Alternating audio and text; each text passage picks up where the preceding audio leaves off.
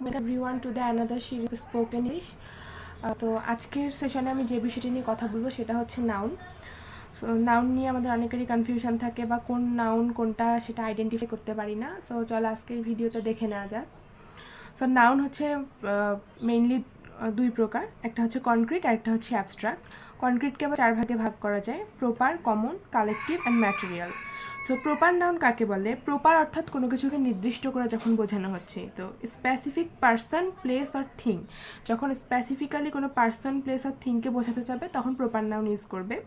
And start with capital letter. Proper noun সবসময় capital letter দিয়ে start হয় এবং প্রপার নাউনের পূর্বে দি বসে না। সো এই তিনটা জিনিস মনে রাখবে। যেমন বাংলাদেশ হচ্ছে একটা কান্ট্রি বা প্লেস বলতে পারো, ঢাকা এবং করিম হচ্ছে একটা নাম। সো এগুলো হচ্ছে প্রপার নাউন। দেন কমন নাউন হচ্ছে এক জাতীয় জিনিস বোঝায়, অর্থাৎ কোনো এক জাতীয় জিনিসের একটাকে আলাদা করে না বুঝিয়ে সবগুলোকে যখন একসাথে বোঝাচ্ছে তখন সেটা হচ্ছে কমন নাউন।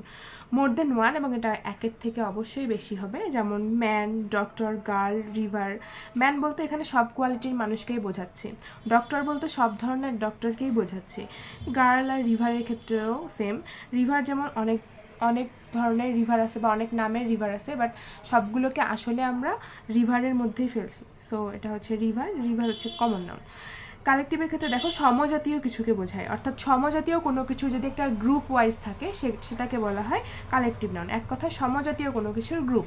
যেমন ক্লাসের মধ্যে কারা থাকে? অবশ্যই স্টুডেন্টরা থাকে।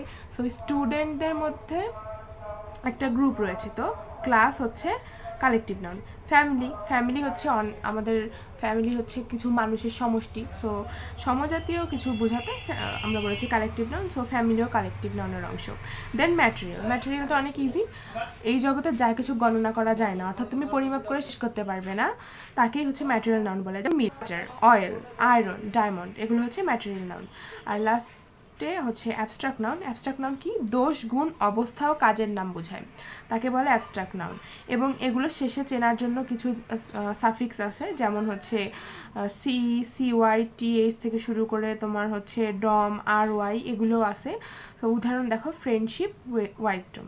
সো আই থিঙ্ক এই জিনিসগুলো মনে রাখলে তোমাদের নাউন কোনটা সেটা আইডেন্টিফাই করা এবং কোনটা কোন প্রকারের নাউন সেটাও আইডেন্টিফাই করা অনেক ইজি হবে। সো আজকের ভিডিও এতটুকুই।